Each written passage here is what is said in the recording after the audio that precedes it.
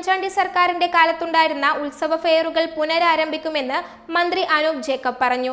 Aroor Maveli store super മാവേലിയാക്കി ഉയർത്തിയതിന്റെ പ്രഖ്യാപനം നടത്തി പ്രസംഗിക്കുകയായിരുന്നു മന്ത്രി. എന്റെ ഇഷ്ടങ്ങൾ എന്റെ ഫാമിലിക്ക് അറിയാം. Family wedding centre.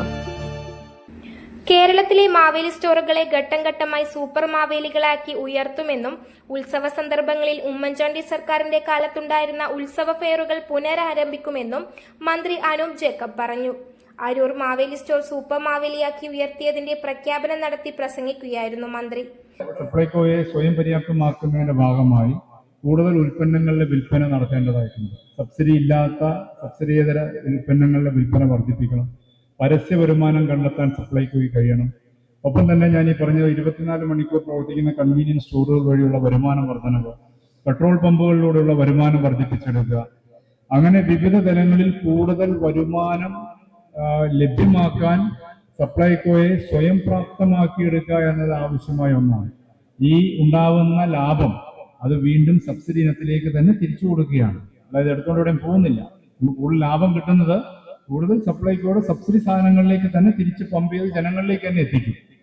സപ്ലൈകോയോ അല്ലെങ്കിൽ KSRTC ഒന്നും ലാഭം മാത്രം ലക്ഷ്യം വെച്ച് പ്രവർത്തിക്കുന്ന സ്ഥാപനങ്ങളല്ല. അത് കൂടുതൽ ഉത്തരവാദിത്വത്തോടെ പ്രവർത്തിക്കുന്ന യാത്രാ സൗകര്യങ്ങൾ, അതിനാണ് പ്രിയദർശിനി യാത്ര ഗവൺമെന്റ് ലഭ്യമാക്കിയത്. മാവേലി സ്റ്റോറുകൾ വഴി സാധനങ്ങൾ, ഉൽപ്പന്നങ്ങൾ, സപ്ലൈകോ ഉൽപ്പന്നങ്ങൾ കൂടുതൽ കുറഞ്ഞ വിലയിൽ ലഭ്യമാക്കുന്നു. അതെല്ലാം ഒരു ഉത്തരവാദിത്ത പ്രതിബദ്ധതയുടെ ഭാഗമാണ്, ജനക്ഷേമ പ്രവർത്തനങ്ങളുടെ ഭാഗമാണ്. അപ്പൊ അതിനെ കൂടുതൽ വിപുലമാക്കാൻ തീർച്ചയായിട്ടും ഉള്ള നടപടികൾ ഞങ്ങൾ സ്വീകരിച്ചു വരികയാണ്.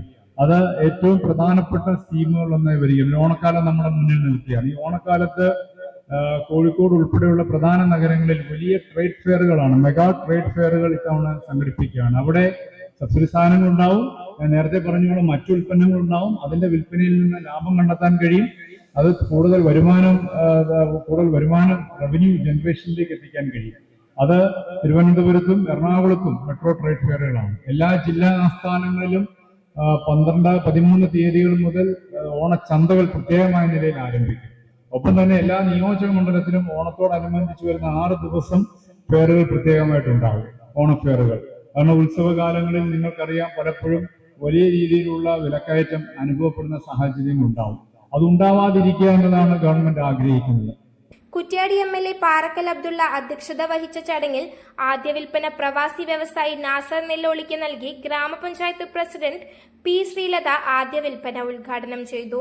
പഞ്ചായത്ത് വൈസ് പ്രസിഡന്റ് സബീറ കേളത്ത്, ജില്ലാ panchayat member K. Subina, block panchayat member PM Rajan, Shamsu മഠത്തിൽ, അലിമത്ത് നീലഞ്ചേരിക്കണ്ടി, Sunitha സുമാലയം, PM Nanu, NK Jalsha, K. Jishi, MK Bhaskaran, Ravi കൂടത്താണ്ടി, Koroth Sreedharan, TK Rajan, കളത്തിൽ Babu, TK Raghavan, MA Gafoor, DSO MM Prajula എന്നിവർ സംസാരിച്ചു. News bureau, media Vadakara.